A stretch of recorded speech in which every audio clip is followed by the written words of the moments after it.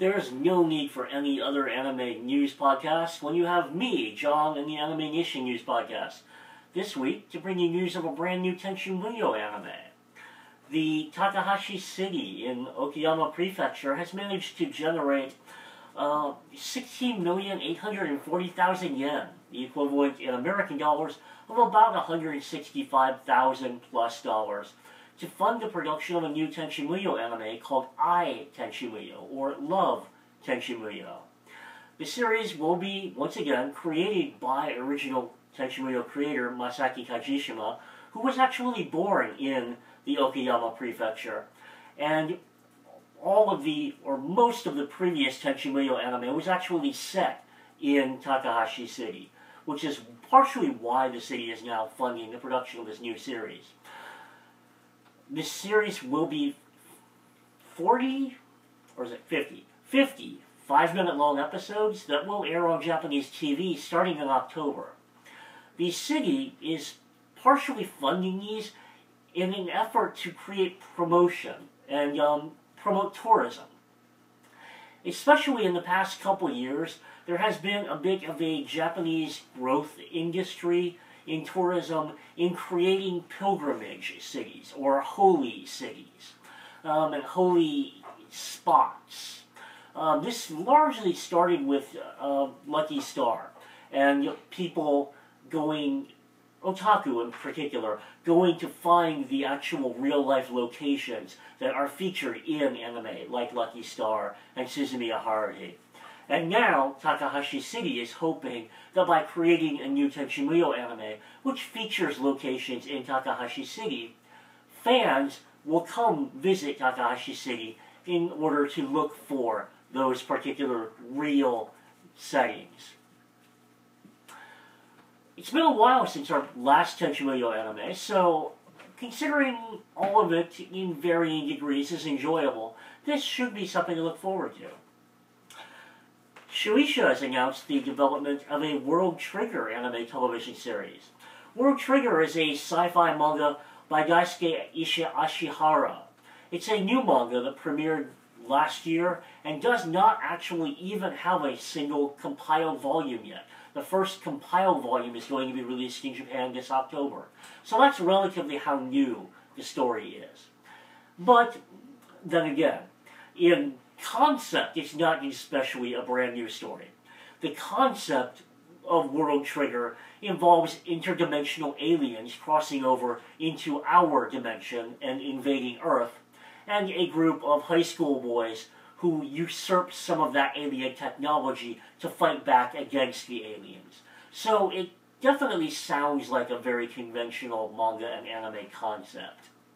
But considering that this announcement was partially made by Viz, because the manga is published in Shonen Jump, I think we can anticipate that when this anime does premiere, it will probably also simultaneously, or near simultaneously, hit American release. Kuroko no Basuke will be getting a third season. Probably very little surprise to most anyone.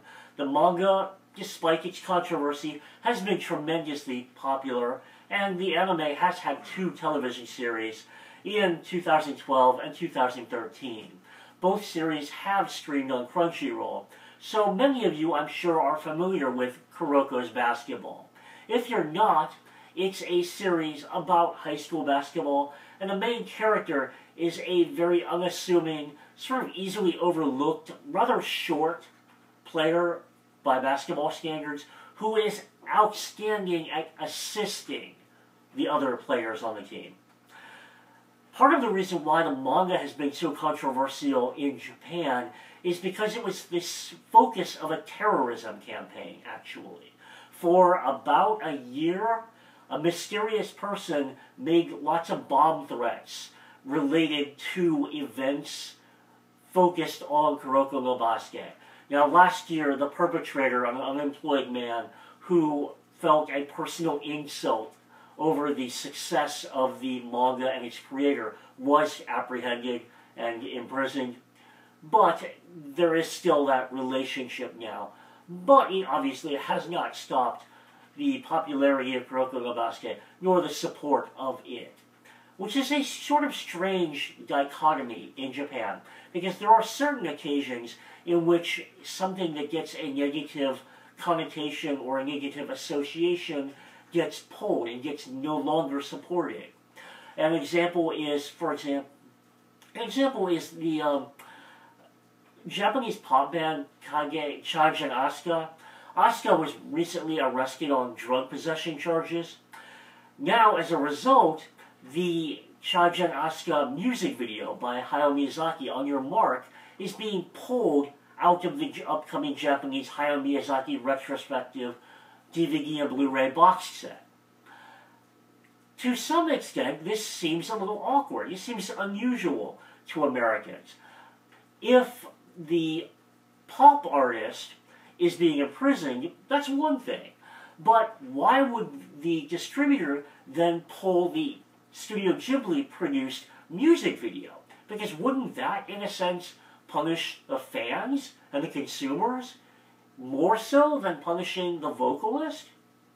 However, I actually spoke to a friend of mine that lives in Japan, and he explained that there is, whether true or not, a tremendous belief that the Japanese entertainment industry is ingrained with organized crime and Yakuza, and therefore, in order to downplay any associations between criminal activity, drug use, for example, and the entertainment industry tends to immediately exclude anything or shut down anything that could introduce connotations of criminality, which is therefore why the On Your Mark music video is being pulled from distribution, because the vocalist that sang the song is associated with drug use.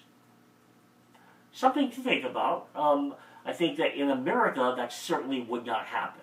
So it's an interesting difference between American and Japanese culture. In terms of domestic anime releases, while we have not ever gotten On Your Mark, we do get a variety of other anime. This past week, Sentai Filmworks released the complete Love, Chunibyo, and Other Delusions first season on subtitled DVD. Actually, I haven't checked to see if it's bilingual. I believe it's bilingual, but I apologize, I haven't double-checked that. But that is the very popular Japanese Chunibyo Demo Koigashitai television series, which got 2 seasons, a OVA, and a motion picture. So I anticipate we will eventually see more of it over here from Sentai Filmworks, presuming the first season does well for them, and I anticipate that it probably will. Sentai also this past week released the Moto Tularu, or Moto Trouble, television series on bilingual Blu-ray for the first time, previously available on DVD only. Discotech this week released the Lupin III Mystery of Hemingway Papers television special for the first time ever in America, officially at least. They re-released 2 prior Jungion releases also. This week, Discotech re-released the complete Gears television series and the complete Tenjo Tenge television series, both of those prior Jungion releases. Similar to the original Jungion releases, the Tenjo Tenge release does not include the OVAs, but then again, you're really not missing too much. The OVAs really aren't that great. Then again, other than production values, the TV series wasn't really that great either. But it is stylish, it is nice looking. So, if that interests you, if that satisfies you, by all means, it's nice to have Tenjo Tenge back in circulation after a number of years. Gears was a moderate success back in the day. Back when it first came out, AnimeNation sold a surprising number of Gears DVDs. But particularly, I believe it's disc 4 of the original Jungion release is now extremely rare, pretty pricey. So now you can get all 4 volumes from Discotech for less than the cost of just the original disc 4. Aniplex released a limited edition import of the complete Servant Service television series. I call this an import because it's import price. The complete 12-episode or maybe 13 episodes, I don't recall for certain. But the complete one-crew television series is $75 retail, which is about double the price of a typical show of its length from any other domestic distributor. Servant Service is a fun show. It's from the creator of Working. I personally happen to think that the 2 seasons of Working are slightly better than Servant Service. However, if you are a fan of Working, or Wagnaria as it's known in America, through NISA, I'm sure that you'll also appreciate Working. And we have not actually received confirmation that these are coming in yet, but according to Street Date, Media Blasters was supposed to have released the Super Robot Wars Original Generation OVA and the complete Super Robot Wars Original Generation Divine Wars television series this past week. Now, we haven't gotten them. I'm not sure that anybody has actually gotten them, but that's the word. They're supposed to be available. Given that this is Media Blasters, nothing is ever certain, and definitive word is difficult to come by. But the Super Robot Wars TV shows and OVAs were previously released in America by Bandai Visual at a rather expensive price. They are now, from Bandai Visual, nearly impossible to find and exuberantly, excessively expensive. So if they do ever get re-released by Media Blasters, although they're not great anime, it will be nice to have them in a much, much more affordable release, considering that you can now, from Media Blasters, get all of the OVA and TV series for less than the cost of one single DVD volume of the previous Bandai Visual Only release. That tells you how expensive the originals are. Well, in various random thoughts that happen to be circling in my mind, if you're in the mid-Florida area this weekend, I hope that I will see you at the Spooky Empire Mayhem convention. I've been attending Spooky Empire's horror conventions in Orlando twice a year for the past several years, and I'm rather looking forward to this one because in addition to having extensive Halloween and Nightmare on Elm Street cast reunions, including appearances by John Carpenter and Robert Englund, particularly Akira Takeda, the Japanese star of the 1954 Gojira, and Haruo Nakajima, the actor who actually portrayed Godzilla in the original 1954 Godzilla, will be in attendance as guests at this month's Mayhem convention. So I'm very much looking forward to shaking hands with these two gentlemen and getting autographs from them, in addition to whatever other autographs I can afford, and generally enjoying some wild, drunken horror debauchery this weekend. So, if you are in the Orlando area, please stop by. I'm sure that you'll find me there somewhere. I discussed in Ask John this past week a question about the forthcoming American re-releases of Sailor Moon and Cardcaptor Sakura. Actually, in a sense, I shouldn't call Sailor Moon forthcoming because it actually is streaming now. But thinking about this made me realize how far the anime community in America has come. How much, in a sense, it has evolved and matured and grown. Back in 1998, back in 2000, in the early 2000s, Magical Girl anime were almost entirely for girls, particularly in the American fan community. When Cardcaptor Sakura came here to America, it was originally licensed by Nelvana as Cardcaptors and was promoted as a girls' children's entertainment anime.